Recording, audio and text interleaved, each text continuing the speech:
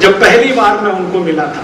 उनका नाम आदरणीय श्री परम पूजनीय श्री राम सुखदास जी महाराज। मेरा उनका पहला मुलाकात ऋषिकेश में हुआ, वो जो आश्रम है ना जहां पर वो अक्सर प्रवचन व्याख्यान देते हैं। मैं उनको मिलने गया, गलती से मैंने उनके पैर छू लिए तो उन्होंने मेरे पैर छू लिए। उस दिन मुझे पता चला कि ये अद्भुत संत है जो श्रावक के पैर छू सकते हैं। तब उनके एक शिष्य ने कहा कि महाराज जी पैर नहीं छुलवाते, आपने छू लिए तो वो प्रायश्चित करेंगे, इसलिए उन्होंने आपको छुए।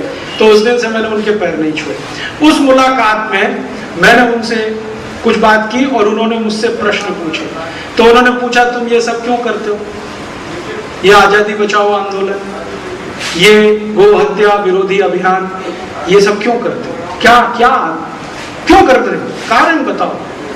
तो मैंने कहा कि महाराज जी ऐसा ऐसा हुआ, ऐसा ऐसा हुआ, ऐसा हुआ। उन्होंने कहा ठीक है ये तो बेकार है, और कोई कारण बताओ, और कोई कारण बताओ। अंत में मैंने कहा महाराज जी मोक्ष जाना है, इसके लिए करते हैं। तो उनका तुमको लगता है तुम्हें मोक्ष होगा? मैंने कहा हाँ लगता तो है। तो उनका ऐसे नहीं होता। फिर मैंने कहा कैसे होता है? तो उन्होंने कहा कि ये जो तुम करते हो इससे ये बताओ कि सेवा होती है क्या? अगर सेवा होती है और सेवा भी ऐसी जिसमें तुम्हारी कोई अपेक्षा ना हो, तुम्हें बिल्कुल ही अपेक्षा ना हो कि मैं सेवा करूंगा तो बदले में मेरा अखबार में नाम छपेगा या टीवी पर इंटरव्यू आएगा या मुझे दान मिल जाएगा या ऐसा हो जाएगा, अगर ऐसी अपेक्षा रख के करते हो तो समझ लो कि मोक्ष तो नहीं, पाताल में भी जगह नहीं तुम्हारे लिए।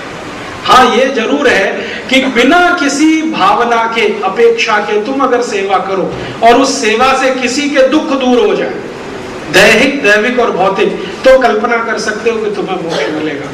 तो अगर मोक्ष चाहिए तो सेवा करो बिना स्वार्थ के, दैहिक दैविक और भौतिक दुखों को दूर करने की। मुझे ऐसा लगता है कि हम सब यही प्रयास करें एक दूसरे के दैहिक दैविक और भौतिक दुखों को दूर करने का, तो जरूर हमें मोक्ष मिलेगा। लेकिन मोक्ष के पहले राम राज्य तो स्थापित हो ही जाएगा, क्योंकि अगर राम राज्य नहीं होगा तो मोक्ष भी नहीं मिलेगा। तो मुझे ऐसा लगता है कि हम सब इस राम राज्य को लाने में लग जाएं, और मुझे ऐसा नहीं लगता कि ये नहीं हो सकता है। अगर ये नहीं हो सकता तो राम जी कहते क्यों इसको? क्योंकि उन्होंने कहा तो वही है जो होता है, जो नहीं होता वो उन्होंने कहा ही नहीं है, चर्चा भी नहीं की है किसी से। तो वो कहा है तो जरूर होता होगा और बार बार हुआ होगा इस देश में, क्योंकि राम एक बार कह रहे हैं लक्ष्मण से कि देखो मैं कुछ नई बात नहीं कह रहा हूं और नया नहीं कर रहा हूं, परंपरा से भारत में हजारों साल जो होता आया है सब पुरुषों के हाथों, मैं भी वही करने की कोशिश कर